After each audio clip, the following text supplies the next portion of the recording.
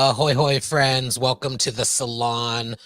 Before we get into our episode tonight, I just wanted to take a moment to step back and say, from all of us at the salon, a deep, heartfelt thank you to everyone, anyone and everyone who is involved with Star Trek Discovery. We'll be talking about the incredible series finale tonight.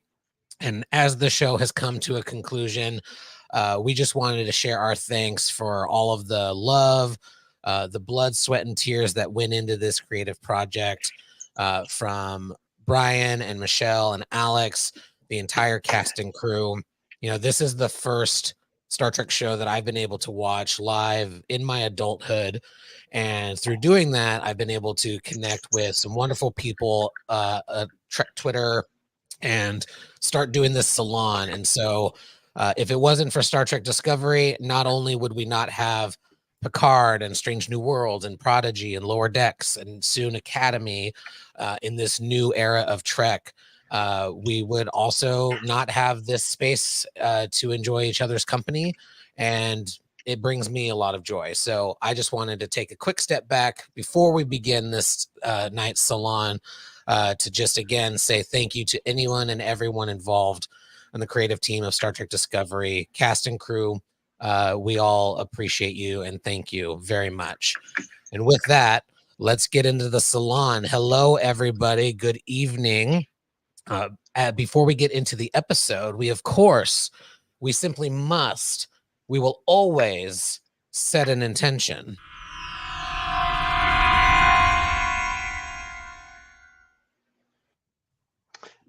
Of course, we're going to set an intention in what Krista earlier described as a forest fire of a candle. And she's not wrong. It's a little out of control. We're going to reel it in later. Don't worry about it. If you see me screaming for help, just, call someone. But in honor of tonight's episode, I thought, first of all, I thought I would catch on fire way more than I did growing up. But there's a joke to be made there, and we're going to leave it alone. So to set an intention tonight, leave it, drop it, put it down, move away. Yep. To set an intention tonight, I thought it would be fun if if my fellow saloners would share what Star Trek character would you like a 40-year leap forward epilogue to focus on? Just revisit someone 40 years after the last time we saw them in the canon. Who would you choose? And as always, I will start us off by saying someone who it would have been unfortunately impossible to get a 40-year leap forward with, but it's Lwaxana Troi. I've repeatedly mentioned that I thought it would have been a really cool kind of homage to the actress if her passing had been acknowledged in Picard by acknowledging the passing of the character. But in an alternate universe, both on Trek and in real life, I think it would be really cool to see what came of our favorite daughter of the Fifth House. So that's my character who I'd like to see a leap forward from. Let's go around the room and hear yours. We will start with Joanne. Joanne, darling. Trev, darling. I know you all think I'm going to say Cisco, but it's not, although that's the obvious choice, right? But honestly, who I want to see is Kamala from Perfect Mate. From, what happened since she's bonded with Picard, but was clearly I am for you, Ulrika Volt, and see how that unfolded and what she's doing. I feel in my heart she was just like, I can't do this anymore and left. But, we'll see. Do you think she became telekinetic and took on the Phoenix Force? Sorry, wrong franchise. I love that answer, and I'm hoping that we get more unique characters like that. Ken, my dear. Trev, my darling. I am vamping because I can't think of one, so I'll say Stanley, my darling. Will, my darling. Krista, my darling. Julia, my darling. We can come back if you'd like us to come back, since you clearly didn't do the homework. I know I didn't do the homework. I'm sorry. Yes. Can I skip and come back, please? Really? Sorry. I feel like there's a really obvious answer that you could. It's Gary Mitchell, isn't it? Just kidding. It's not Gary Mitchell. No, and you would but think look at me making a TOS reference. No, I know, and I was thinking it could be a TOS character, but we've seen many of the TOS characters many years later. So I'm trying to not do a TOS character, or at least not a obvious one. So yes, let us jump to Krista, Okay. darling, and see Come what she back. has to We'll say. come back. Right. Krista, dear. She completely threw me in front of the bus. So my obvious answer would be Beverly Picard combination after All Good Things. But really, I am, thank you, Walter. I am interested in, oh, that was you. Okay, Rigel. Well, I mean, it was Rigel. It wasn't me. Let's just clarify. I actually am sort of curious about what it means for Wesley to go off with the pedophile man. Like 40 years in the future, what does that look like? What kinds of things has he done? What things has he affected? And Wesley's not a very popular character. But still, it was never mentioned again. It was sort of like just out there, but never really addressed. And so, like, if you love really boring stories, the Star Trek Coda series, Sorry Not Sorry, is all about Wesley being a traveler. But like also actually this question is perfect for Star Trek Coda because every fucking character in the franchise is in it. But for you, Krista, you might find it fun.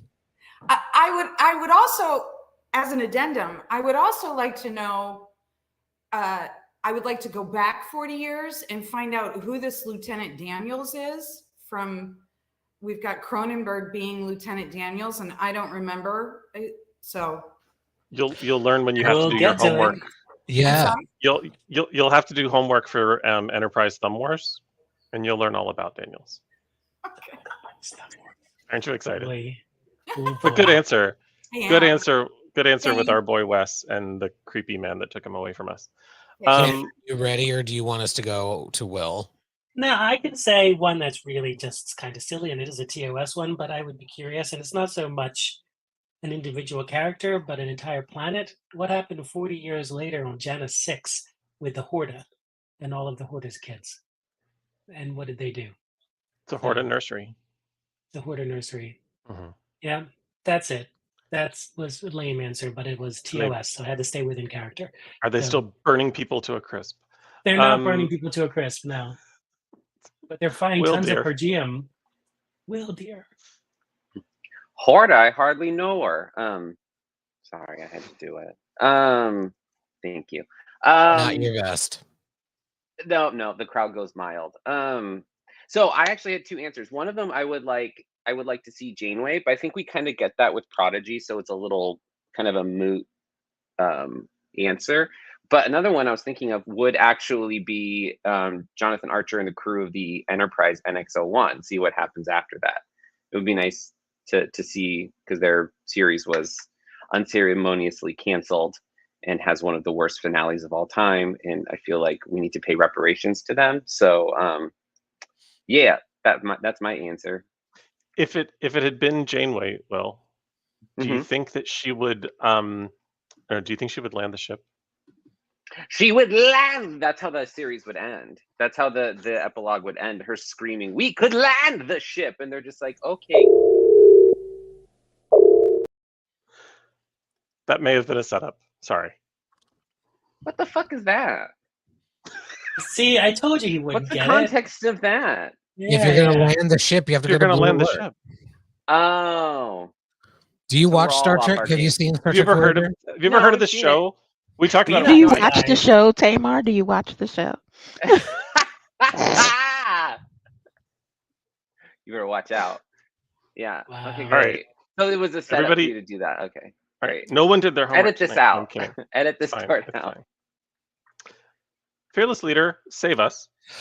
No, not Okay. possible. Alright. But I think I might surprise folks because there are any number of people that I'd like. I could say Garrick again or Kira, but somebody that I'm particularly curious about is Dr. Carol Marcus and what she's up to 40 years post Genesis. You know, Wow. losing her son. That planet being destroyed because of her son's mistake with the proto matter. Yeah. Wait, what were you air quoting? Mistake or sun or proto matter? Mistake. Yeah. Define mistake, define Mhm. sun, define human. Like, was the Um, proto matter sitting on the edge of the table, and he was like, "Whoops! I just put proto matter in the matrix." Like, no, Oopsies. it's not. It's not how it happened. And also throw in Savick into the mix. I'm writing her into a spec script, but that's never gonna come to fruition. So let's see what's going on with her. Krista's gonna want me to give bonus points to Benji just for that Anish slap in the face. Yeah, is Anish still boring as fuck? Yes. Just Um, literally, I was about to answer. I'm like typing as we speak. Yeah. Have Yes. none of you ever experienced a perfect moment in time? I still don't. Oh my god. Sorry, I delivered it with as much emotion as she did. 300-old cunt. A perfect moment in time. Wow. Speaking of the proto matter, though, just as an aside, I still do not see the difference between the progenitor tech and the Genesis device. I mean, it just seems very, very similar in function. Anyway. That's a great segue, Ken. We should talk about the last episode of Star Trek Discovery. Y'all, Yeah. it's time. The very last episode of Star Trek Discovery. Hopefully, not the last time we see these characters. Obviously, in Star Trek Academy, they could pop up. But listen, any Trek we get, watch it, because when you watch it, they give us more of it.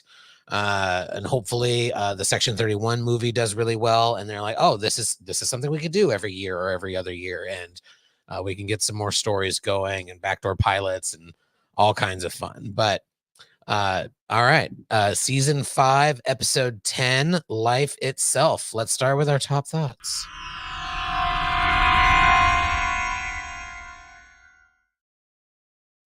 I will kick us off and then throw it in reverse order for the crew. I loved this episode. I'm so sad that this is my favorite season, and it's the last. You know, we've talked about this before. Discovery has gone through so much in the background turmoil, losing showrunners, studio meddling.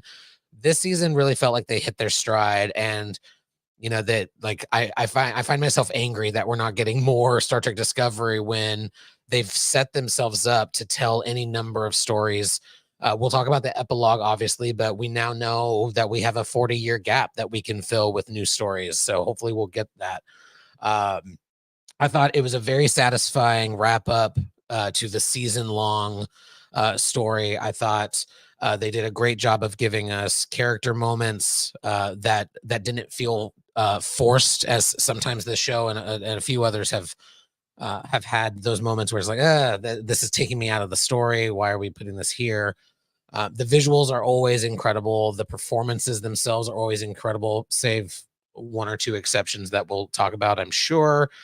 I love the completion of Michael Burnham's story and being able to see not only, like, it's become a Discovery trope, but like yet again, something insane is happening to Michael. She is being entrusted with something that she readily admits, like, hey, I like, stop putting all this pressure on me. Like, it shouldn't be all on one person. The execution of it this time worked really well for me. Everything about Michael's story this season and in this episode especially really, really worked for me. I saw the raw emotion, and it felt really powerful. The guest performances, the progenitor in particular, I thought was delightful. And again, the visuals were just absolutely fucking stunning. Getting that saucer separation, getting that spore drive working a little differently than we've seen before. The progenitor tech itself. And I also loved the twist that the progenitors didn't create this technology. They found it. And we were joking on Text Trek that, like, oh, what if the people who created this technology, like, they created the planets, but they didn't want life on it. They were like, they come back and they're like, what'd you do to all of our pretty planets? You put all these gross life forms on it. Ugh. And I loved the epilogue. I did not need the tie-in to Calypso. I understand why they wanted to do it, and I watched the you know, the show that Will Wheaton does, The Ready Room. And Michelle Paradise said on there, you know, Calypso happened before I came on board, but as soon as I was on board, we knew that that's how we wanted to wrap up the show. So I'm glad that they stuck with the idea. That's what they wanted to do, so they stuck with it. I didn't need it, but it works. I also loved the tie-in with Daniels, Saru and Tarina getting married was lovely. They finally kiss. We said, and then they kissed. We finally saw it. Couple of nitpicks as always. I continue not to like Maul. That shake and go wig, that smoky eye. She has not washed her face this entire season, and I need her to. On my second watch, I found myself really wishing that they had switched Maul and Locke. I think it would have been really interesting to see Locke come into his own as the Scion to get her back versus it doesn't make sense. They hate anybody who isn't Breen, so blah, blah, blah, blah, blah. Anyway, I'm ranting way longer than I should be. My own pet peeve being broken. And with that, I will turn it over to Will. Then we'll go to Krista, then Ken, then Joanne, and then Trevor. And then we'll start breaking down various episode beats. Will, your top thoughts? Yes. I thought this was okay. I'm okay with it. I found that I wish we got more time. I wish we got a little more time for some of this stuff to breathe a little bit. Like if episode 10 was maybe 10 and 11, that we could sit with some of the characters a little bit longer, because it felt like there was such a race to get to the technology than a race to decide what to do with it. It would have been nice to have a moment where they actually did have a conversation about this, and how like I felt myself I can't decide whether it's within the context of this being the series finale or this being the finale of this season, but I wish we got just a little bit more time to like hear what's happened, to hear it, to let that like to slow down for a moment, to breathe with the characters at the end of this, I guess is what I'm trying to say. Other than that, I thought it was really fun. It's Discovery does a really great job of making references to itself, and in a way that in references to other Star Trek. So it seems really like it's keeping itself in the canon by referencing other Star Trek. So when we get the Cronenberg Daniels twist at the end, it feels like it's not out of place. Like they're making so many references to past Trek that like having him be Daniels didn't seem jarring to me. But I'm okay with it. I guess that's what I feel. I'm just okay. Like it's the best finale we've had in terms of the season of Discovery. I feel like they finally figured out what the show is. Like it felt like there was a certain level of assuredness with writing the characters and the decision, like Burnham rejecting the idea that she would be the literal center of the universe, and the creation of it, her rejecting it, felt like an excellent character growth. Everyone's reaction, everyone in the room with her, it felt good. And then the epilogue, I guess I have the Calypso parts of it. I like that it's referencing itself at the end, but it felt sadder to me because it was Burnham alone. Like we didn't see these characters 40 years in the future. It felt like she was going to die with the ship. I don't know how that if the rest of the crew showed up. I know that there's logistics for this and blah blah blah, but it felt like she was going on that ship to die. Like, they put the Eskimos, they put the person on the iceberg and then they push them off into the ocean. Like, and that's what it felt like to me for some reason. And watching it a second time, it made me it did feel like they were being discarded in a weird way. It didn't feel nearly as triumphant an ending because Burnham was alone with Zora. I felt like it should have been the rest of the crew. They should have been like, you want to do this alone, but you won't. Like, you could have that whole moment. Like, I don't know. Anyway, I'm okay with it. Moving on. Krista? Well, I enjoyed it overall. I thought the visuals were fantastic. I will say that in no universe and any time will the power of hurricane force winds be used to facilitate a person vaulting from one building to another, and I say this from New Orleans, Louisiana, this shit will not happen. It is a force unto itself and it cannot be controlled. Outside of that, it took me 10 episodes to figure out what I really didn't like about Maul.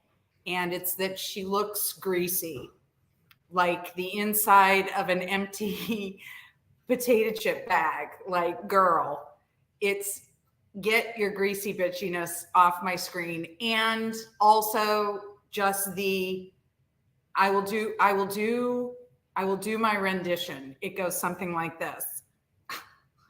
Well, I beat him to death with my helmet. Thank you, Buzu. I beat him to death with my helmet. So I guess it's a fair trade. And it's like, shimmy a little bit more side to side. That's the only thing you're missing is the shimming. Can we do more? Can you put more potato chip grease on your face? It was a lot of investment for Maul for it to end up like this. Like this was the end. She was going to go all weirded out. She was going to make the triangle instead of the negative space. I saw the negative space coming a mile away. So it seemed like a real investment again in like a quote unquote villain that really, I mean, she's just go find a submissive dungeon. Just go find it and go work there, sis. So no, love sex workers. Peace to sex workers. I just didn't like her. She seemed, contrary to what Stan said about nothing seemed forced, she seemed very forced to me. I personally liked the epilogue. I liked that they showed the end in a very, I think I've mentioned it before, but I really loved the ending of 6 Feet Under and the fact that we got to see their stories. So for this ending, it was the most satisfying finale because we sort of know what happens. We're not left with, does Cisco come back or not? And there's a conclusion there that you can relate to, and so it sort of completes it.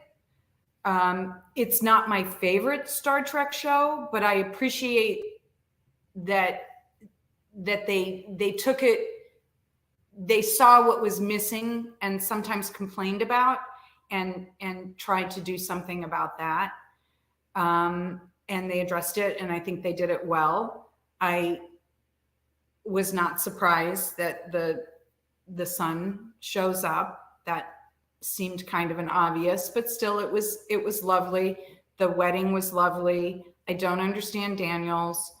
It was nice to see Detmer and Oe and the others. I appreciate when they do Linus, they show his eyes doing both ways.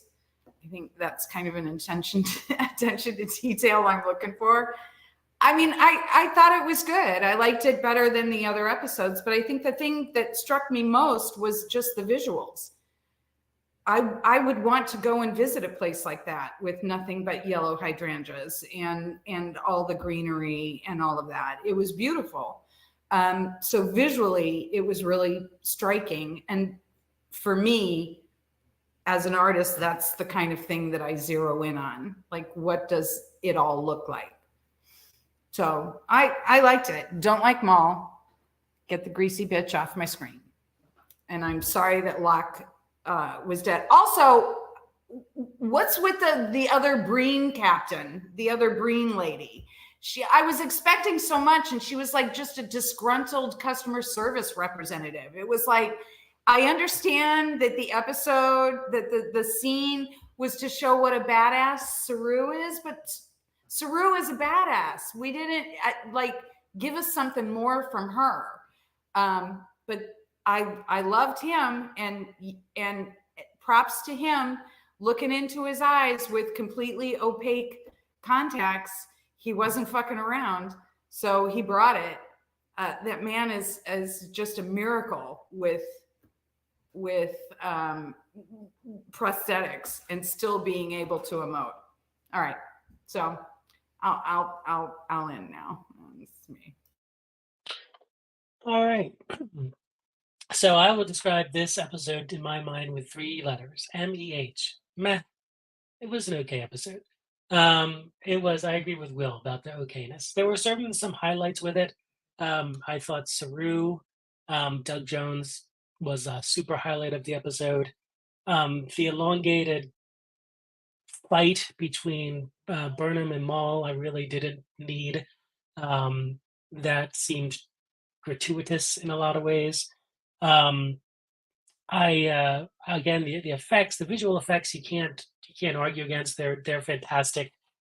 Seeing the saucer separation for the Discovery was cool, and how they use the spore drive in that unique way. I thought that was cool. I think that the Book and Culber team up, I didn't quite get at all this season, and I don't think it really paid off too terribly well. And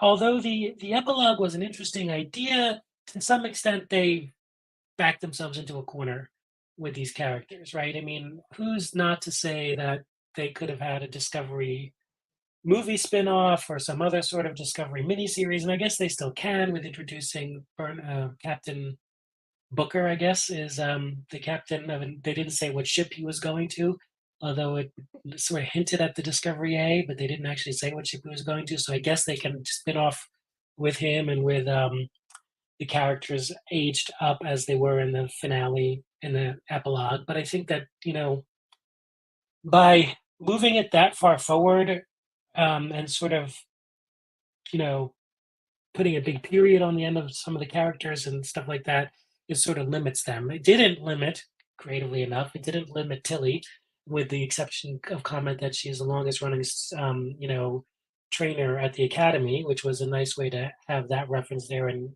open that door completely for her to be in Academy.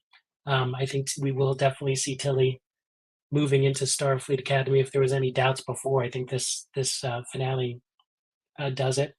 But yeah, I think, my father used to say that how many times you look at a watch is really how good the movie is, right? And I ended up checking the remaining time for this episode about 3 or 4 times. So while I think there were certainly some strong highlights to it, there were better series finales in Star Trek. For example, I think Picard season 3 had a much better finale, but I guess that's to be expected with those characters. But yeah, that's my summation of my top thoughts. Joanne, my dear. Ken, my dear, Yes. did you change Michael's last name to Booker? Who is Captain Booker? No, the son. The son, I would assume, would be Captain Booker, but could be Captain Burnham. Why would you It- assume? Why would you make Right. that Yeah. assumption? Drag That's him. true. Ken, you know what Yeah. happens when you assume? Yeah, You piss off Joanne. they didn't actually say what his last name was. They but you're did right. not. He was called So- Leto, and that's all we know. Fair enough. I stand corrected. Sorry. about that. It's Love you. it's burn Amen. book. Book burn. It's book burn. Yeah, it's Captain Bookburn. Indeed. I don't feel well today, guys, so I need to probably finish my cup of coffee. But I thought this was a decent sort of ending. I think everything felt resolved.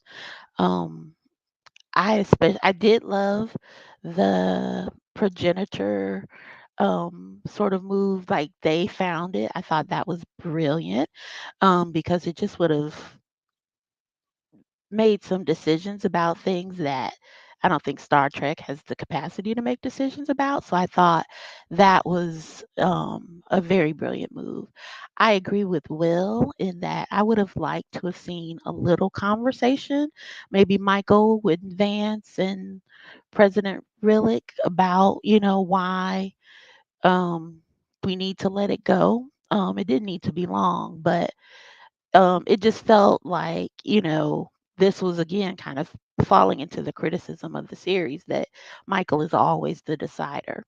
And the progenitor gave her that right, but I still would have appreciated, I think, the conversation, right? About it. I absolutely, loved the way Book and Burnham resolved.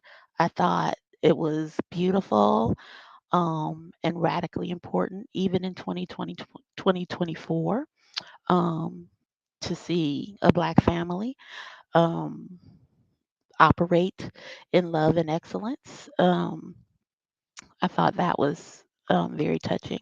I also did not need the tie into Calypso, and I just think they capitulated to the fan outcry, which is why I think it didn't hold together well for me. I think we just could have not had that and left it where it was, kind of up in the air.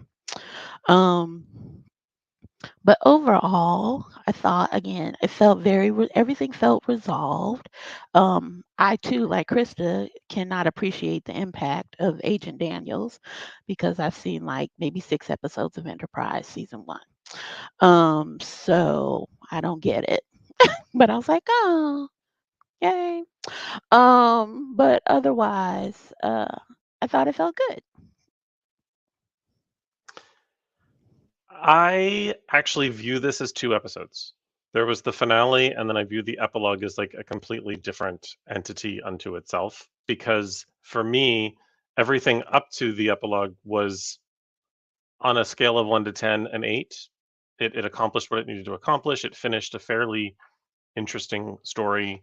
I loved the idea of tying this in, even though some folks have criticized it, not here, but in the wonderful world of Twitter, have criticized it borrowing and TNG episode. I feel it just built on something that was sort of barely introduced in TNG. So I liked it as a season finale. As a series finale, the epilogue just felt. I'm gonna propose to Will, and I don't expect to change his mind right now, and I'm not necessarily saying that he has to change his mind.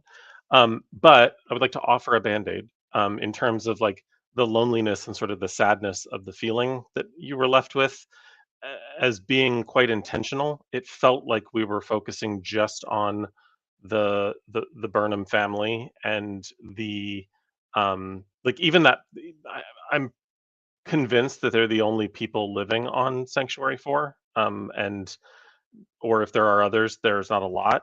Because one thing that we didn't get after the burn was post-burn planetary life. How many people were actually lost? What did that do to the population of the Federation? It's been sort of thrown out there, but we've not actually seen that what was a very crowded, starting to become very small galaxy in sort of TNG timelines suddenly was, life was decimated on anything that had an active warp core. So that's a lot of people that are suddenly just gone, and we're only catching up 100 or so years after the burn. So seeing the epilogue and feeling lonely, I actually really liked that the universe felt a little smaller, or excuse me, a little larger and a little lonelier. I really liked the visual and the emotional resonance that gave me, because it made this a very different time. So it just sort of solidified what they tried to tell us in dialogue throughout talking about the effects of the burn. This portrayed that this timeline is, or this time frame, is potentially very lonely, very solitary, because populations are significantly smaller. So I really appreciated that about the epilogue. I loved the epilogue and would rate it on a scale of 1 to 10 and 11. I actually loved the tie-in to Calypso because it made me go back and rewatch Calypso. There are some really interesting things about that didn't make sense when you just watch Calypso on its own. They reference there being only one shuttle and it was recently loaded on board. Um, if the Red Directive was to send Discovery into to these coordinates and wait for someone for 900 years for someone named Kraft to show up, that they just had a fresh shuttle sitting there waiting for him to jump into. We don't know what that Red Directive is, and that's fine. We're never going to know. It adds a little bit of mystery, but so it answers some questions, but offers some new ones. But for me, it was very satisfying, and I thoroughly enjoyed the tie-in. I didn't dislike the amount of gold on Burnham's uniform as much as Stan did. Yes, they all look fantastic 40 years later. Thank you for that lovely visual. And you're right. It's the hottest space family ever. The Culber piece, I actually did find a little meaning to. I know that it felt disjointed and maybe it just wasn't executed as well, but I did feel that there was a significant tie-in between this individual, this man of science, who suddenly learned things that he didn't know before, or learned that things that he thought were always true weren't necessarily true, only to have all of civilization throughout the galaxy learn that something they always thought was true wasn't true, in that the progenitors did not develop this technology, but that they found it. And we have no idea who or what or where that technology came from. This kind of piggybacks on what Joanne was saying about Star Trek not necessarily having license to establish where all of the universe came from. And so the idea that something we always knew wasn't necessarily as true as we thought it was both a theme for all sentient life and also for Hugh Culber in his personal life. And that sort of same awakening has happened for me in my life. And so I found it particularly poignant, but I get why it wasn't necessarily caught by everybody, because it wasn't as executed as well as it could have been. But overall, I very much enjoyed it as a season finale and as a series finale. The epilogue was vital, and I loved it. Loved the Kovich piece. Him being Daniels was a cool tie-in, and one I didn't predict. I thought he was going to be either an Elorian or I keep forgetting what Pelia is. Anybody can jump Lanthanite. in? A Lanthanite. Thank you. Though it's possible, because Daniels references being more than human, that perhaps Daniels is part Lanthanite. Who knows? But anyway, I'm rambling. I'll stop.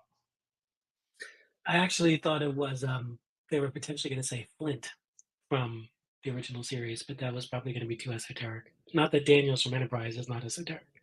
Anyway, sorry. Sorry, right when I needed to transition to a new topic, my dog starts barking. So hopefully it's not too loud. Can you all hear her? A she's little, lot. but it's fine. Yes. She's a lot. It still sounds. I still maintain that Tendi barking sounds like someone pretending to be a dog barking. Tendi is I'm like it's her convinced- turn to talk. I'm Yeah. convinced that Tendi is actually an alien who's just like, maybe I could blend in with these dogs of Earth. She's actually an Orion. It's actual Tendi. It's dog Tendi of the Tendi family. Like that Our- Aquiel episode, that terrible episode. Oh. Well, thanks, Joanne. I know, I'm sorry. She's a shape-shifting dog who's gonna kill you. No. Yeah. You know what? Since that came up, let's talk about why Trevor is wrong, and then just move on. The Culber stuff. Get Trevor is right banner ready. Get your Trevor is right banner ready. I do love that for you, Trevor. If there were two things about the season in this episode that did not work for me, number one is Maul. Like I said before, I wish they had switched her and Locke. I think that would have been more compelling. I do not know enough of their work, and I don't like being a person that says an actor is bad, but I did not like her choices at all. The shimmying, the like talking through her teeth about the Federation, like none of that worked for me. But the second piece was the Culber stuff. Is you said it yourself, Trev. The execution was just off for me, where like we know from past episodes that you do remember the experience of the Jantara. So it was a little weird that they changed that for this situation. Like, oh, I don't remember anything from the Jantara, so why do I feel this way? Like, it was a weird if not a retconning, it was different in this situation for whatever reason. Maybe she's the host was too old or whatever, but like his existential crisis, like was it a crisis of faith? He was like it was just so confusing to me what they were trying to say. Is he starting to believe in something more than science? Is he confused about his experience? They didn't really pull the thread enough for me throughout the season to make this payoff where he's like, I remember these random numbers and I know I'm just a doctor. I'm a doctor, not a physicist. Cute bonesing of dialogue, but yeah, it just fell flat for me. I'm like, as somebody who has had many an existential crises, it just didn't hit. I was like, what's his deal? Like, it was always confusing. Why aren't you in sick bay? Like there are just so many choices that just didn't kind of make sense for me. But want to hear from others. Thoughts on Culber? I see. Will's excited. He's doing a little shimmy dance. Well, I had a thought and I don't want to lose it. I'm running on East Coast time now, so I'm like trying to keep my brain together. I posted in the chat because I didn't know we were going to discuss this, about how it felt was underdeveloped. But I think maybe that this would have been something for maybe next season. Like, I don't think there was the intention of wrapping this up. But it does feel like maybe they pulled a punch on this one, where it felt like, what does that mean for someone in the future rediscovering or finding spirituality? I don't know. It felt like he was spiritual before and kind of grew out of this, or like his family was and he wasn't a part of it.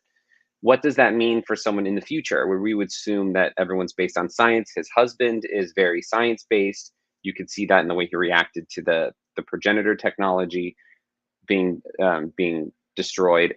What does that mean for him, where he has now been like, I feel there is something beyond this, and then them saying like there's an alien here that created this technology the progenitors found. So who are these near godlike aliens, that these entities that existed before, long before us, that created us?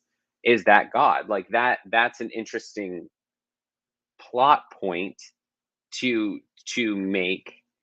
And I don't know if this would have been something that would have been gone through season 6, because that's actually a very interesting, an actual character, actual development for Culber, who just seems to kind of exist to bounce off of Stamets in some way. Like, he just kind of, then making him the counselor, he just kind of like bounces off other people's issues in some regard. This is why I wish we got a season 6, because we could see this develop and maybe have some nuance and some interesting discussion that's very Star Trek. In that way, it just felt like with this, there was maybe a setup and versus an actual like resolution of his character. So I'm trying not to think of it in terms of like this being the end, this is the end of his character, but more of like there might have been something going forward that we aren't aware of. Like, I need someone to drop the season 6 notes, because I know they broke season 6 before season 5 was canceled, before they were told this was the end. So I know Michelle Paradis has got some notes somewhere. So I don't know. It's a little. I would have been excited for that, but it just felt like they were touching on this here. They were planting seeds versus actually developing anything. If that makes sense. It would I have been agree. interesting. Oh, sorry, Joanne. Go ahead. Okay. I was going to say, I agree with that I think it was a planting of an idea that they were going to maybe unpack. And, if this were the Drag Race fandom, we would have the season 6 notes on Reddit already by now, because we would find that shit. But I do think it was, because I also think the pairing of him in this search with Book was very deliberate, because Book is in tune, kind of spiritually and emotionally aware. So I think that pairing was not an accident. I think it made sense, the spiritual sort of thing, or whatever Culber was feeling. It actually just made sense enough for him to want to go when they were like, Book's going to be irradiated. He's like, he's going to need a doctor. Like that, he could have gone with that and then sort of had, I think if he'd just gone to be the doctor and then was like, wait, I'm having this, I'm having this feeling book. Tune into my frequency. Would have made it probably a little less awkward, I think, in its execution. But I also don't think I've always understood kind of Colbert to be not just a man of science, but also kind of open to those ideas. So I think you're right. I think it was a here we go, here's a seed, and I hope it develops.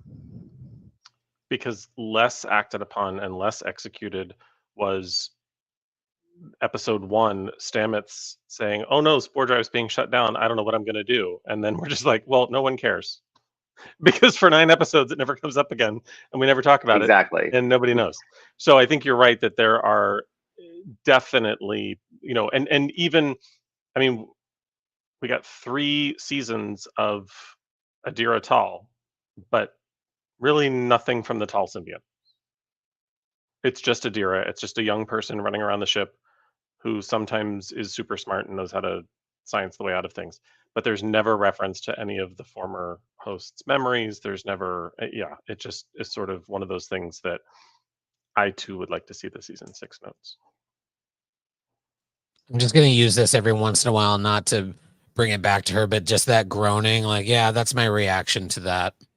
But you're also not wrong. Yeah. That puzzle was really simple. It was really easy. Can I? But like she was going through it, whatever. Can I say that the for me, it seemed like the idea was about the nature of inspiration. Like, what does it stem from? And so for Colbert, he seemed to be really trying to identify where this was coming from, not necessarily the experience of it, but seemed more inclined to try to figure out what was the catalyst of it. Where does it originate? And the thing that I liked about the episode was that in finding out that the progenitors actually stumbled on this themselves, it questions the nature of inspiration in that you approach things thinking you have some idea of where these things are going. Like, they believed that the progenitors created all of this. Well, they were simply caretakers. They didn't create anything. And so where did the inspiration from those that did create it? Is it godlike? Is it man? Like, where does it come from? And I think in a very small way, Colbert sort of represented that question. Where does this all come from? I think they executed it badly, but it seemed to me that he was the one most willing to sort of roll with it and accept that what he thought he knew, he did not know. And ultimately, I think the message of the final episode, if not the entire season, is that what you know, you don't really know. You only think you know. And it is only because you cannot walk in others' shoes, you cannot see it from others, that you don't know what you think you know. And what you make of your life is not infinite. But what you create in your life can be infinite. So while you may not continue, those who know you will, and the stories about you will. So it seemed like it was more meant to, I felt like the episode was really trying to like heal a soul sickness. And I can't really say it any other way. It seems like everybody wanted to make an impact. Stamets obviously talking about how, this progenitor tech and blah, blah, blah, rightly called out for, are you really thinking about your legacy? It's those kinds of things where it's like that stuff doesn't really matter. What matters in the end is what you create with other people. And you will die. Everyone will die, but parts of you will continue. And we don't know that. I- Speak for No, yourself, in Krista. your- I plan to live forever. No, when you can get as much Botox as you want. I mean, you can be a dressed up fucking turkey if that's what you want to do. That's fine. But I feel all seen. bodies, we all die. All bodies die. But our impact continues. Our interaction continues in those that Say live. hi. We don't know everything we think we know, but I do know that Krista just wrote that better than the writers of season 5. Period. The notion of inspiration. That was fucking good, Krista. That Yeah. was good. Thank you. And it's a great segue in talking about Stamets for just a hot second, because I understand him being a little pissy about his life's work getting shut down, especially when we come to find out, like, I'm slightly bummed that this pathway drive is boring as hell. It's just going off of what we have seen now and what we have been told before. It seems to just be a faster version of warp drive that there's a slightly different looking bubble. It's more powerful, and it's insinuated, at least, that it's not Dilithium. dependent on dilithium. And I was really hoping that we would get more there. So I understand Stamets' his constipated face bitchiness about, like, my spore drive not being everywhere now. Pathway drive is boring. She's supposed to have transwarp drive.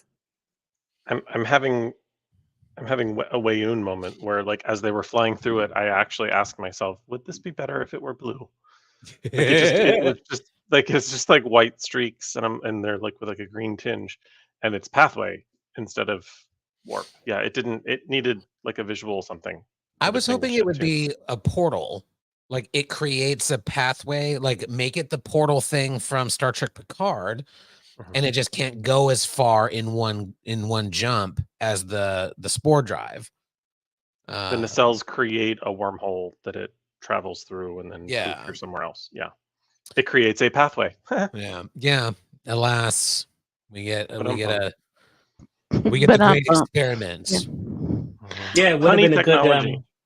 it would have been a good jump off point from what we saw in Picard season 3. That's for sure. So Also, justice for Stamets. I do feel his frustration at not having the ability. I mean, I get it. We don't want to keep this tech, but her tricorder alone maybe gave him some. There were things that could study, and just like Burnham reasoned, like, oh, you could build an army. We'll give him an opportunity to kind of reason. Well, what else could we do that might not? I don't know. I just felt he was kind of kicked in the nuts about that. So justice for Stamets, also just because I love Anthony Rapp. But on that same point, like, they never gave a clear enough explanation as to why spore drive was being shelved. Like, okay, you're putting pathway in all of your ships, but the spore drive is much more efficient. Yeah. So why wouldn't you want to find a way to solve the navigator problem? Like, maybe he doesn't get to keep jumping around on Discovery, but okay, Stamets, at the end of this red directive, you're going to be moved to a starbase and keep researching spore drive technology that involves DNA modifications that you could perhaps work on with your physician husband. Mhm. Just thinking out loud here. Perhaps at an academy of some sort. An academy that feeds people into Starfleet. I don't know what we would call such a place. Yeah. Maybe it could be somewhere on Earth. I think San Francisco used to have Sacramento? buildings that were Oh, used no. for that. Yeah, Sacramento's too inland. Let's give them a beachfront. I see Stamets and Culber divorcing. They're going two different. Ouch. paths. His existential Ouch. crisis really led me to believe, like, oh, he's realizing he needs to retire or get away from Stamets or something. Like, No, he just needed something that was more more internally fulfilling for him. Absent profession, absent Starfleet, absent all of that. They're divorcing. I'm sorry. those two characters as a couple was dramatically underutilized. They just did not develop well. And then also, they had Tig Notaro in today's episode, but she basically was just standing around in the bridge scenes at the end. So they didn't really, I think Discovery has a tendency to really underuse characters, just like Voyager did. I guess Star Trek as a whole has a tendency to underuse characters, but I was very disappointed that they didn't put a button on Stamets and Culber in a better way in this finale. Unless Okay, they're so showing up you're- on some sort of academy. Yeah, it's some kind of academy, some don't kind know. of school. Yeah. So let's talk about this progenitor's tech in this Vertigo escape room. Phaser to your head. You're being given this tech. Do you choose what Michael chose, or do you get to work creating new life? I get rid of it. That's too much power. That's Oppenheimer power. Mm. That is, I am Shiva. And again, Starfleet had, again, with the Genesis device, Starfleet had the long history of how this stuff fucks things up. And so I would do the same thing. I wouldn't touch it. Language, Well, Kenneth. and frankly, there's no guarantee that the person to whom this is bestowed will be able to keep it just to themselves, that somebody else isn't going to come along and you can't guarantee its safety. You can't guarantee its benevolent use. No, and Particularly when science gets involved, because science has a tendency to, and I love science, no offense to science, but science has a tendency to look at things in cold factual ways versus impactful. How will this affect emotionally? How will this, Oppenheimer itself was Universal trolley problem. The key is to extend a knife out to get that one person off by himself and pull the lever to kill the other 5 on the track. That way you get all 6 of them. the dialogue between Spock and McCoy in Star Trek II in Kirk's quarters could have been perfectly translated over to this season of Discovery. What? I have no idea what you're talking about. Almost say what? Tosser alert. Spock and McCoy, where Who? where McCoy says, "Now here comes Genesis. What do we in 6 seconds?" Really, Dr. McCoy, you need to govern your passions. That whole scene. So that But also because he was overreacting about a device that can terraform a planet faster than they could terraform it already. Genesis didn't seed an entire galaxy with life. It transformed a dead planet into one that could sustain life. But the thing is that no matter what planet or what universe or whatever time frame, whatever, it doesn't matter. The universe is designed via balance. For every good, there is going to be a bad. So for every good thing you do, there is a correlating bad thing. And Look at this salon. It's a perfect example. Exactly. Look at the salon. Look at me just talking about negative shit. You guys are waxing poetic about all the positive things. And I'm like, I'm just going to drop my drawers and take a big shit all over it. That again, Krista, do you need to refresh your wine? Are you okay? There is a button that's appropriate for Krista right now. Which one? Button, tosser. She just talked about shitting all over the salon. I got rid of that one. Is that painting? Oh, I deleted the. yeah, right. that's a good one. all right. Yeah. Will is correct. No mortal weapon can destroy the evil that is this salon. Let's talk about the Breen. Or the We got some cool ships. Their little fighters are asymmetrical and a little more of what we were used to. We got these ones that they look like smaller versions of the Dreadnought, right? Am I wrong? I You're can't even not see wrong. them. They just Oh, look we like got ships on a these blur. ones. Yeah. And then we We got got these ones over here. We got these Those ones. ones.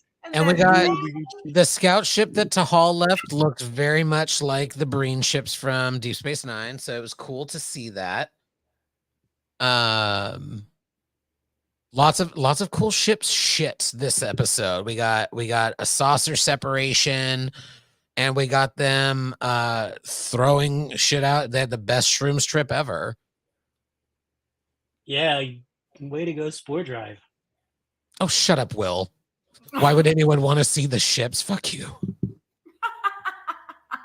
They're not lit. Like they look. There's like. Oh, I wanna that's see what the you're doing. fucking Okay. Ships. I thought you were I wanna making fun see- of me. No, I wasn't. No, I'm actually this pissed you time. don't get to see them. It pisses me off. It took us Yeah. like a year to get good looks at the 32nd century ships, and I'm like, girl, don't do that. One of the good things Picard did is every time we saw a ship, they released a thing showing us what the ship looked like. It's like, bitch, show me the ship. Whip it Yeah. out. Get it hard. I want to see it. Like, what the fuck? It's so annoying. Anyway.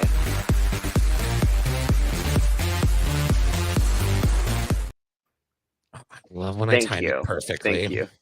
Thank This Time to is you. when count it. Will gets up. This is what happens when Will's on East Coast time. So, Yeah, I'm loopier than normal. wow. No, it takes her 60 minutes to trigger one. Yeah, the vibes are Trigger off. what? I think we're all in a series finale funk.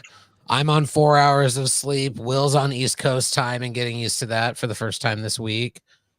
Ken.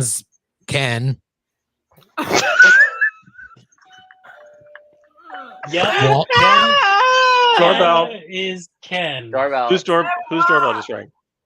This is Walter. mine. He's not getting Oh, attention, so he's pushed the bell. Oh, Push Walter. the fucking button. He pushed the Anyway. button. Let's Hi, push Rachel. the button. Welcome. Ken. Ken's Ken. I won't forget that. Stanley. You're Kenough. It's fine. you are Okay. Kenough. Oh, good. Yeah, that's good. Let's talk about these new uniforms because I do love them. Yes, I do think there's a little too much gold in the Admiral uniform. The gold belt was a little much. That's the only thing for me. Let's I talk love- about why Stan's wrong. Yeah. I like the tribute to the Monster Maroon. I thought that was cool. Yeah. And I love his uniform. I meant to do a visual with the front. I actually really love that instead of a metal bar on the neck that you like, I like that the pips are front and center. So when I am talking to you front and center, I can see your pips. I know your rank. What one knock on the Discovery costumes is the tiny little bumps on their communicator being their rank insignia. Like, I'm sorry, I can't see that shit. Do I need to respect you or not? Like, Well, it was here, it was there, it was on their wrist. Like, girl, I know you're a lieutenant. Like, get over it. I will say, I do love how there is a tradition of like admirals' uniforms being kind of ugly. yeah. Like it's not bad. The gold belt's too much. It's a little too tacky. But like, I also think the But, red like, stripe on the next- front of the pants is a little much. Well, the oh yeah, I gray- didn't notice the that. gray, Yeah. Why are you? the gray pants are just wrong. That's Why are wrong. you all wrong? Black, Fuck No, off. it should be black. All of I'm the just saying. uniform- I don't think it's bad. I just black think it's a pants little much. all around, I think is what they should have done. Yeah. As long as we're talking like about it. extra gold, how about Tarina's gold? Oh. Oh, Did you notice her wig was slipping back?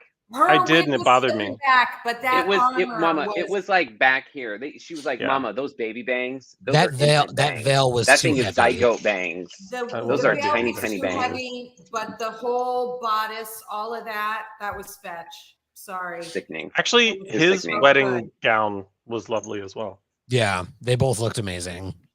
It was really like RuPaul finale eleganza. Like they spent some money on that shit. Like it looked good. That I was was the like- theme of the wedding. Elegance Yeah, extravaganza. Tonight's Think theme. of going and getting your hair done like the day before. Like, It did look like she tried to cut her own oh, bangs and they weren't even, so she kept cutting them It was until so they were back bad. on. Like, No, her it was- hairline. I've been there. It was that It's fucking because ambassadorial that's aid of hers that because- kept. Oh, he's the one that was. That's that what that that she one fucker. little did. Vulcan faggot. Yeah, her Mhm. little faggot That's the one. assistant did it. Yeah. That's the one. But like it was because the headpiece was. You could see the headpiece. It like pulled back, and they're just like, just keep going. Yeah. We're not gonna fix it. She probably Yeah. didn't even notice. that We it just was found like- out we were also thought it canceled. was Keep cute. going. Get this in. when she kissed him, she tried to do the I'm going to capture one of the lips while I kiss you, but he doesn't have any lips. Yes. So I was like, oh, bless you. Bless your heart. She did the thing that you should do for your spouse, which is just have lips for both of you. Yeah. She's got, I'm not going to talk about that. Wow, you broke Push the Krista. damn Brooke, button. Krista, In the arms of the angel. guys, this has never happened. She Two has things the have never most happened that just happened. One, a homosexual triggered a problematic ally alert, and the second thing is I'm giving myself some fucking points for that because Seriously, I Damn earned right. right. Yeah, damn right. My head just went right into the gutter. I'm 3/4 of the way through a bottle of wine, so that's what happens. I'll take it. Take it. Take it. Well, Take it. Used Take to it. that. Red. as a rule. Yeah, he's used to that. Push the button.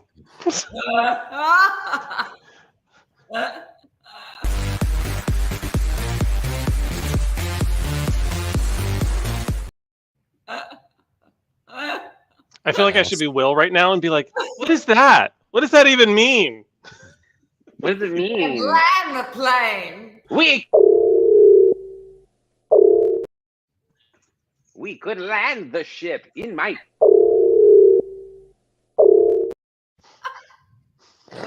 What I love is the videos mute us, right? And it's sort of like a good bleeping effort. Like this one I made only 3 seconds, so it could just be a good listen, you mother. Don't you dare forget it.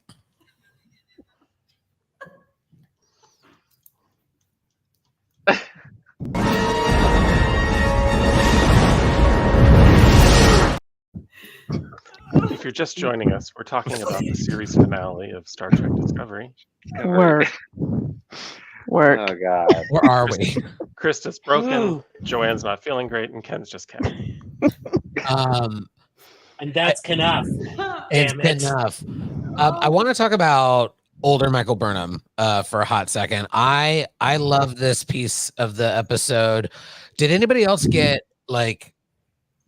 Sonequa is such a great actress. I got like a little bit of Sonia Soon vibes, the woman who plays her mother. Your mother. I'm so Yeah, glad you said that.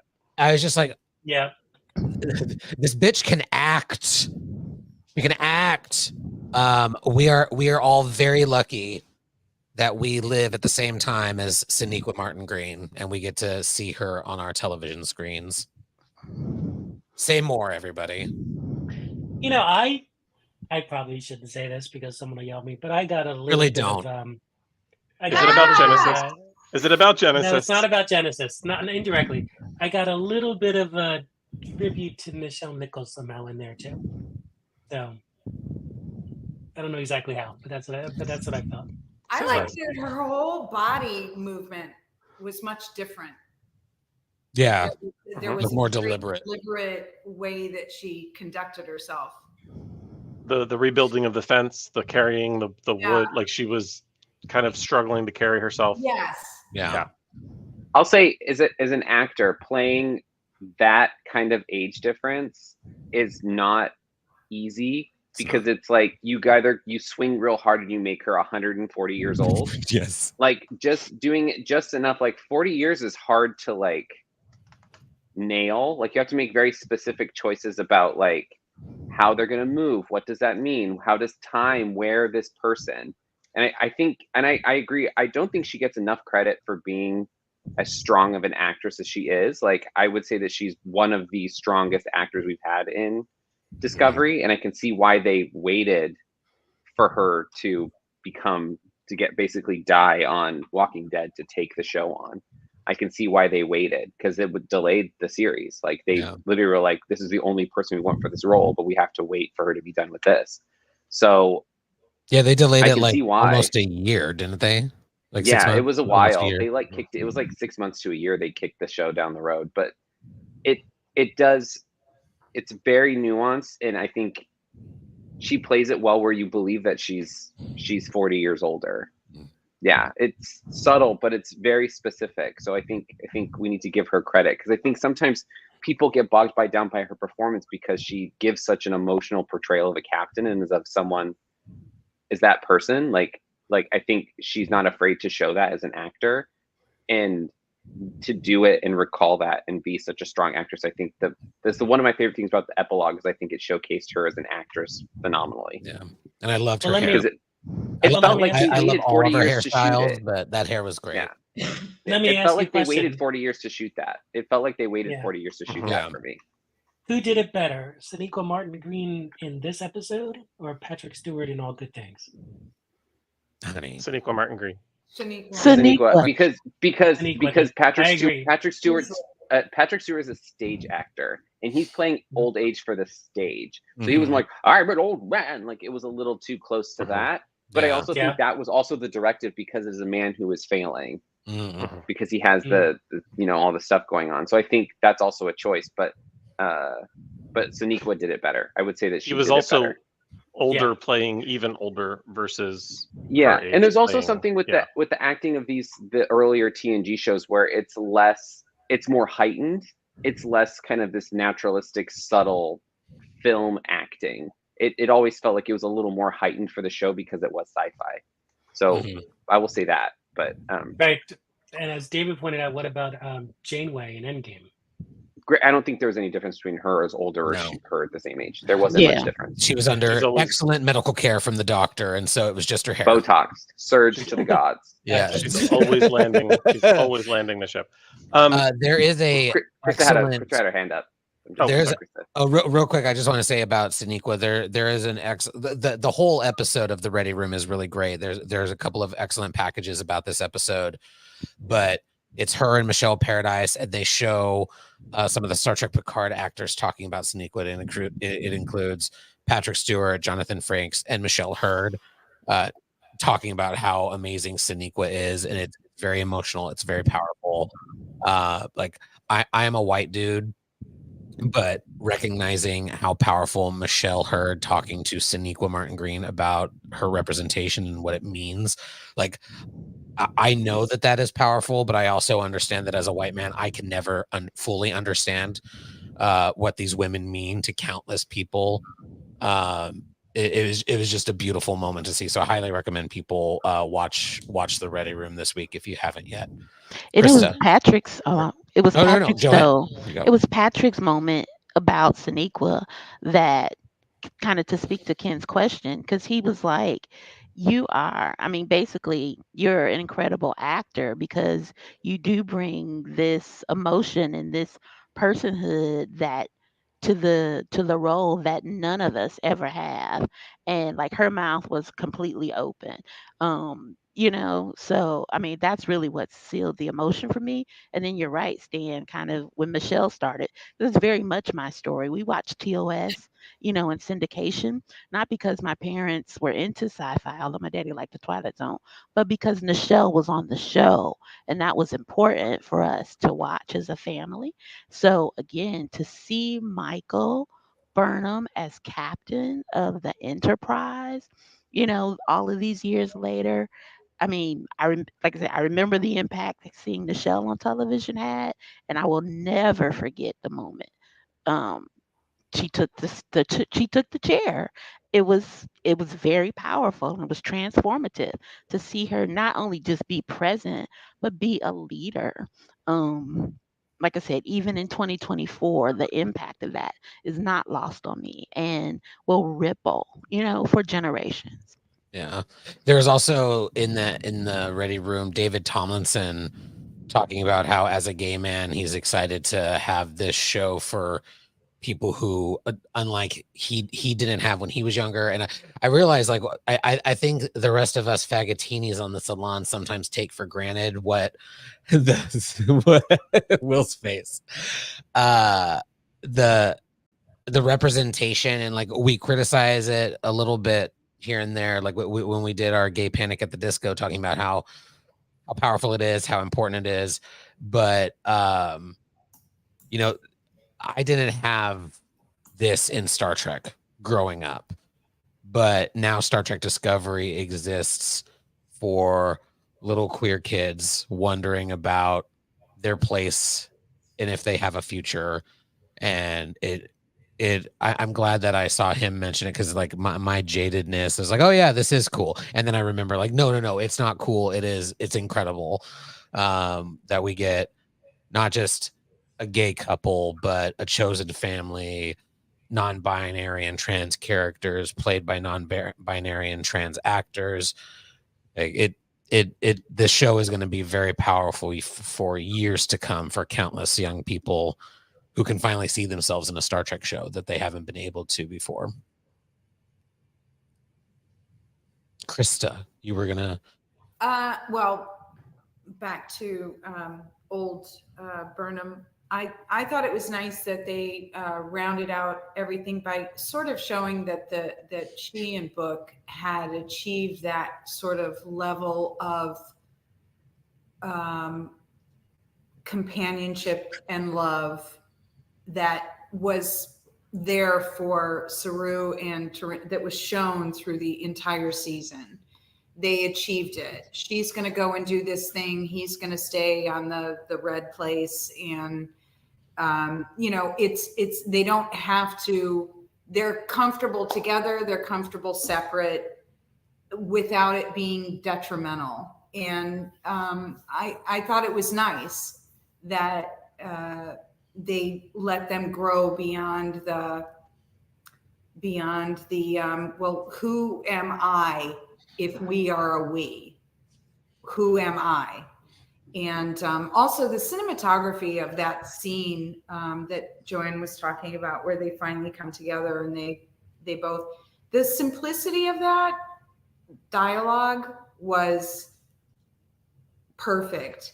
And what I found really interesting is that the way they shot it, they always seem to, in a number of the scenes, they shoot it so that there's always, in this case it was sunlight, but there's always lights that are sort of overemphasized in the background. And with this, the sun was sort of overemphasized, and it was it lends a little bit of a magical sort of feeling to it. Like it's, I don't know what the choices of the cinematographer, but to me, I was like, these are scenes that I need to pay attention to because they're blowing things off in the background.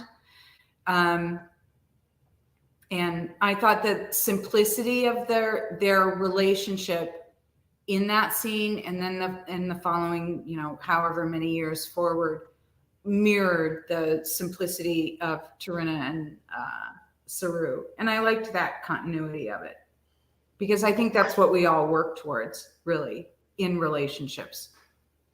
There's also something really cool about that being their home. Yeah. There was nothing remotely futuristic about it. There was actually something very Michael's quarters and ready room about it. If you were to take furniture from that house and plop it onto the Discovery, that's what her quarters and her ready room kind of looked like. So it was really cool that it was this sort of modern rustic kind of cabin in the woods, so to speak. But there were two really cool references to the first episode that took place in that scene, which was mentioning that that Leto had just been to Crepuscula, which was the planet that Michael and Georgiou were on, where they walked in the sand and created a giant delta, and they're standing on a delta in front of their home. So I just thought those were two really cool tie-ins. And then something I didn't get to say, can you, Stan, can you pull up the visual again of the Burnham family standing outside the aforementioned cabin in the woods? If you're going to talk about that gold belt. I'm not going to talk about the belt. I'm going to talk about the thing that I can't believe we didn't talk about, which we've talked about sort of rounding out certain topics. I would like to talk about how Sawandi Wilson rounds out that uniform. Yeah. Because that is an incredibly gorgeous man. Yeah. And I just had to bring that up. You're welcome. And I'm not going to press the button because there's nothing problematic about that. That's just a No. fact. No.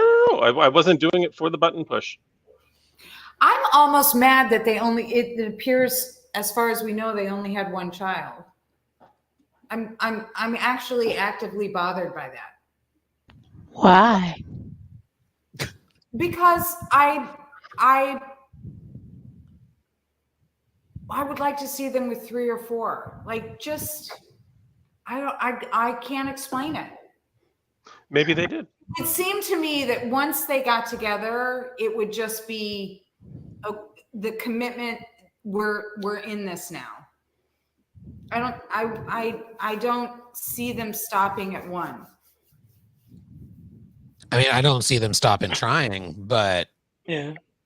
I don't think they was there anything may there that, not that want to have specifically- more than one. Yeah. I don't think there's anything there that seemed to indicate that he was an only child. Maybe he has siblings that are also in Starfleet, or just don't live Right. in the woods with their parents anymore. Yes, I found his Instagram. And Uh, maybe movies might fly out of my ass. But as the show presents, So there, we need a new banner. It could happen. there's only one. We'll just pour some He's more water. beautiful. He's Uh, yeah. There are Oh, cute. other pictures on the internet of him that are Wrong, but cute. So phenomenal. not this. Yeah, I want that uniform. Not gonna lie. Yeah, it's a great uniform, it's and good. I love the comm badge. yeah. Same And again, the pips they make sense there. I mean, they make sense in a lot of places, but that's Well, not it makes fair. sense. Not 5 different places. Admirals So are he always could on be both sides spin-off. of the collar, so then they put his in the Right. center. That just makes sense. Like it. Yeah, They I would seem to have like for cast her him with to- care. I would Let's say they like seem for to her have cast him have with care, Joe. so that looks like it's going to spin him off. Go ahead, Krista. I don't know what you were talking about, but I would like for her to have had a girl, because I think with all of her experience, with all of everything that she has gone through, I think she would have been a very good girl mom. Hmm. I think she would never have undermined what her daughter could achieve. Like, there would never be, it wouldn't be like this, the Sarek Spock conundrum. It would, I think she would do. she would break that cycle of trauma. Actually, Well, I mean, the whole show is about breaking cycles of trauma. So, yeah. Yeah, I Speaking of don't breaking disagree. I think that I'd would like to- be lovely, but they kept it vague enough that I'd like I think having a son named Leto because of what happened in season 3 was like the emotional tug enough. But yeah, there wasn't enough to say that they haven't had more children for sure, but there's a lot of open endings with the epilogue as they did it. But Trevor, sorry, go ahead. No, I was just gonna say I'd like to break the internet and say that they did have more children and that they had another son and named him Spock. So now there's a Spock in the 32nd century, and let your heads explode, Discovery Yes. haters. Yes. Another Spock. A reboot. So many Spocks. That reboots his middle name. Yeah, yes. Spock reboot, book burn. Maybe just Spocko. Spocko. Actually, it would have been nice to hear that Leto's middle name was Grudge. That would have been adorable. Yes. Grudge is a It would have been funny queen. to see Grudge is see still another alive. cat. They should have had Grudge. They should have had Grudge run across the screen or something. Grudge is Yeah. still Actually- alive 40 years in the future. Yes. Chase It would've- Alice back it would've- into the woods. It would have been cute to have another whatever type of cat Grudge is. Sorry, I don't know cat I breeds. think How dare she's a you. Maine Coon, I think. Maine But Coon. Mhm. Okay, Yeah, it was so big. a Maine Coon in the bedroom, like curled up, like next to Michael or whatever, like in that scene, but just a different color, Yeah. so that we A get the Maine Coon. impression that it's another. Are they all the same color? Kristen? No, a cat is Oh. not going to lay on that uncomfortable bedspread. That You were red was obsessed with her really betting. like it came right out of the Target bag. Okay, No fine. one A could chair, pass on that. a chair in the living room. That's fine. There But you just go. it would have been cute to have another cat of that breed that was just a different color to And maybe a suggest hollow of Grudge. visually insinuating that it was a descendant of Grudge. Then even Grudge continues. The Grudge. This is the best kind of headcanon. What pets did they end up with? We should have an entire salon about the descendants of Star Trek cats and dogs. Yes. Actually, I would love to talk about that at length, because one of the reasons we know that Aquael Unari is a horrible being is that at the end of that episode, she finds out her dog's dead, and she's like, "What should I do? I know, go to 10 Forward and have drinks with Geordi." Yeah. It's your dog just died. Yeah. Anyway, Have an emotional reaction. But remember, Wow. in the 24th century, we weren't allowed to have emotions, except anger if you're a white man. I guess. Speaking of white men, Still upset about it. have we talked Queen of Segways, me. She's at it again, folks. This we've touched on this a little bit, but I wanted to bring it back up. I know for folks who haven't gotten through Enterprise, this little Easter egg hasn't hit yet. But yes, Daniels is from Star Trek Enterprise, a time traveler. That's why he's obviously still I mean, spoiler From the alert. 32nd century. Yeah. I thought that it was one of those little twists that like it worked for me. I felt like if they had kept him a mystery, it would have been just fine for me. But that little nod to like, oh yeah, I'm actually this character that other people already knew about. I'm just old and disgruntled now. I thought was a fun little twist. That's where my insert headcanon here. Although this could potentially be proved or disproved, so this isn't necessarily. I'm not counting that as a canon alert, because I still think that despite them saying everything after the wedding is what was filmed after the cancellation, I also think that scene between Burnham and Kovich was filmed after cancellation, because I don't think they were going to give us that answer at the end of season 5. I think Yeah, they feels that way for sure. I agree. I think they filmed that to be part of the, let's resolve that puzzle too. I was also curious about the collection of stuff, the Chateau Picard, the Geordi's visor, the Cisco baseball. Like the last time we saw references to those things was in Picard, and it was, in less than stellar circumstances. So I was curious how he got a hold of those and what was the motivation behind that. Here's And my headcanon. Understanding Lieutenant Daniels, it makes it even more confusing to me. Although I have to say, I did smile when I saw the baseball. Yeah, I feel like it replicas interesting tidbits of time for him, or I do remember during Picard, like in the it was in a promo. I don't think we ever saw it in the actual show, but they had that Bajoran tablet. And I'm like, what in the colonizer bullshit is happening here? That tablet should not be at Chateau Picard. And I had to headcanon and be like, okay, Admiral Picard is an archaeologist. He is not gonna pull something from Bajor without permission. It's a hologram. So that's what I feel like was happening with Kovich. Or a replica. He's a collector or a replica. He 3D printed it. 3D printed, yeah. I mean, you could look at and other people use visors. We've seen it on But that characters still in begs the question: Lower why? Decks. Why go through the effort? Why? Well, With I him? mean, If Daniels? not to because we like further the things, point. Krista. No, I have it's ships not behind me. To further hammer in the point that your legacy continues. Whether you exist or not is irrelevant. You will die. How dare you? Your shit Again, continues. Krista's killing us all. I don't understand. Well, I think, I know she's doing that. You're a all lot. gonna die. None of you matter. My You're name's all gonna Krista. die. Y'all, we pass on. Whatever. We do. It's true. I'm just So saying. those, you This could body make goes away. It's going You could away make as the- I speak. It's You dropping. could make the argument that those three things had to do with time travel.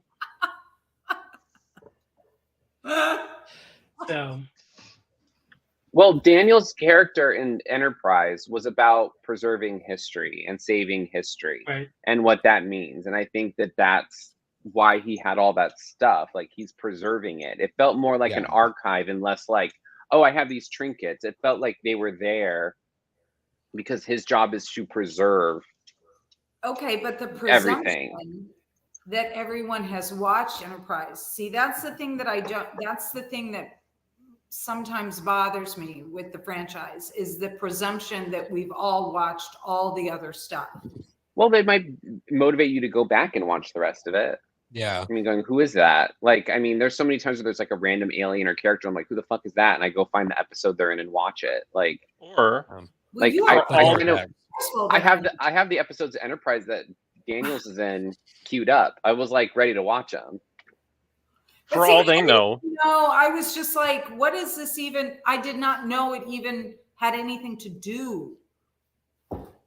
but with Krista, Well, yeah. for all they know, you're on a weekly YouTube show that talks about Star Trek, and that's at some point you're going to do an Enterprise season by season thumb war, Mhm. and you're going to watch all these episodes. They knew Oh, four boy. faggots are going to tell you about it and make Yeah. you watch it. They knew. Mhm. I have Michelle Paradise's number. We're getting an apartment together. We're best friends. I told her we need to get Kristen Yeah. to watch Michelle Enterprise. Paradise is moving to And Virginia. put this slightly esoteric reference in there, so my friend Crystal will watch Enterprise. Yeah. Is That's that what I we did. need not to? And get her to be pissed off about it first. Yeah, Right. really get it. Really get. Is that the one with Scott Bakula? Get her to angrily watch Scott Bakula in Star Trek. Listen, I don't need any He's help with shirtless that. for a lot of it, looks real good. NCIS New Orleans. Fuck that show. Yeah, but he's not- Scott Bakula's in that one as well. Are you a he Scott was in this Bakula one hater first as For a well? lot of it. Yeah.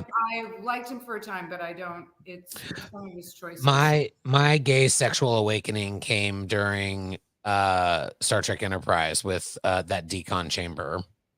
You'll see it in the Oh. pilot trip in that Mine- decon chamber with T'Pol. I'm like, I am gay as they get, but like she Let me is. say, Well, from here Sexy. down, let me she's say, quite the twink. I had that episode. I know that episode where Captain Archer and Trip are on that desert planet and they're Yes. shirtless the entire time. Mhm. Oh yeah, I had Spank that. I bank. had that tape in my room hidden. I would just rewind it. If I hadn't been gay already when that Oh, yeah. scene came, Yeah. that would have, Yeah. Yeah, Yeah. no, Yeah, it was that would have good. sealed the deal. Yeah. Also, Um, I just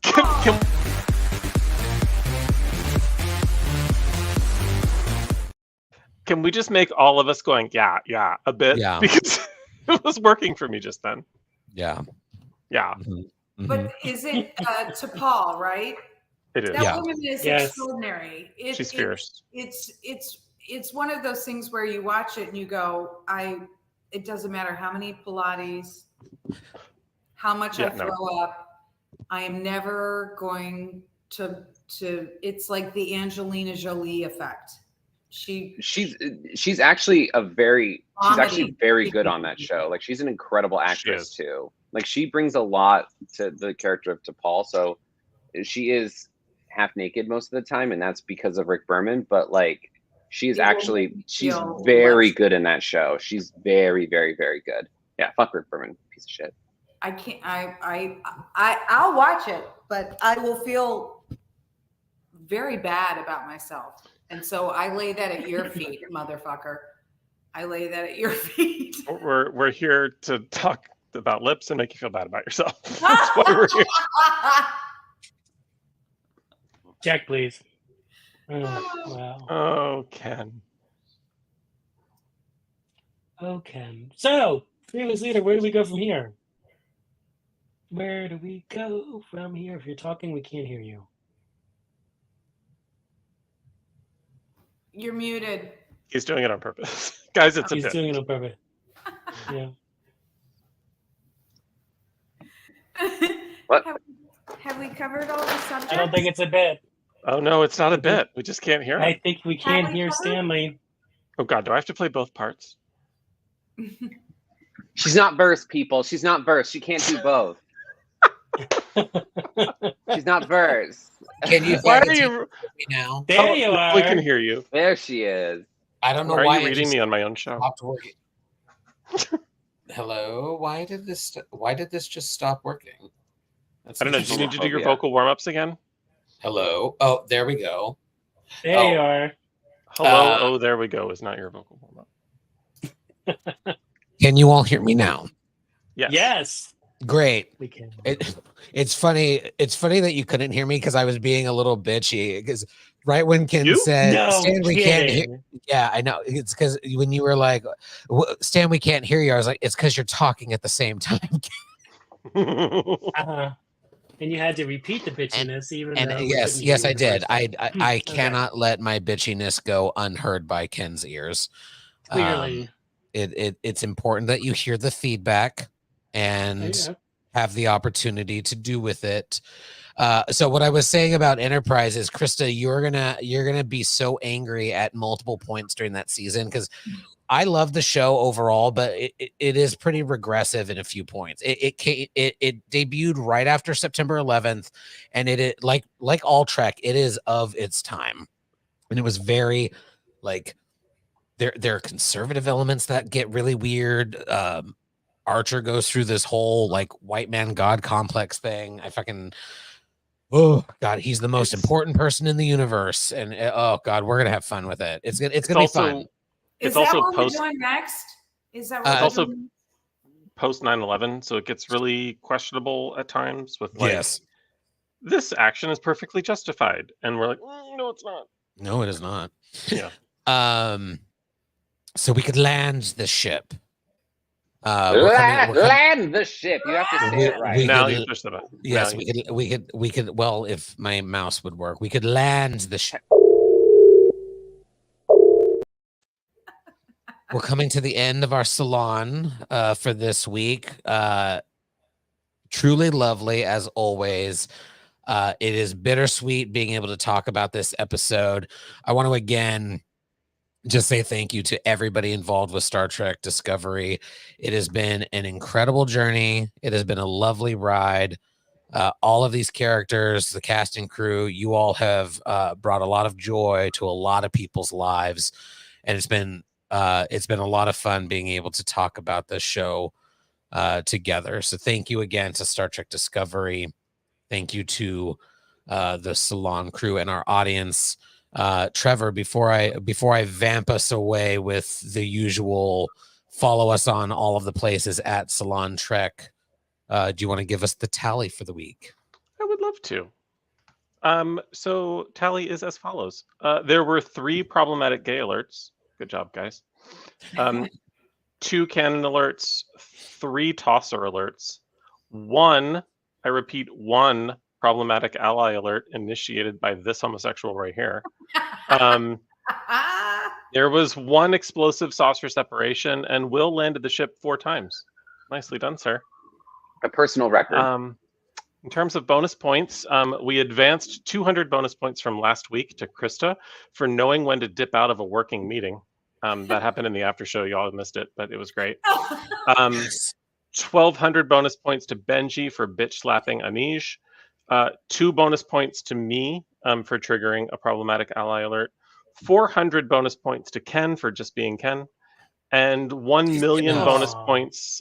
1 million bonus points to Sonequa Martin Green for being the badass that is Admiral Michael Burnham. Yes, Admiral. Damn right. Y'all lovely as always. Please do follow us at Twitter, at Blue Sky, at YouTube, on those things as well, at Salon Trek. Please like and subscribe, comment on our videos. It helps get us out to more folks, and why wouldn't more people want to enjoy this nonsense? And so with that, we will be back next week. Trevor just thought of something, and I want to give him a moment.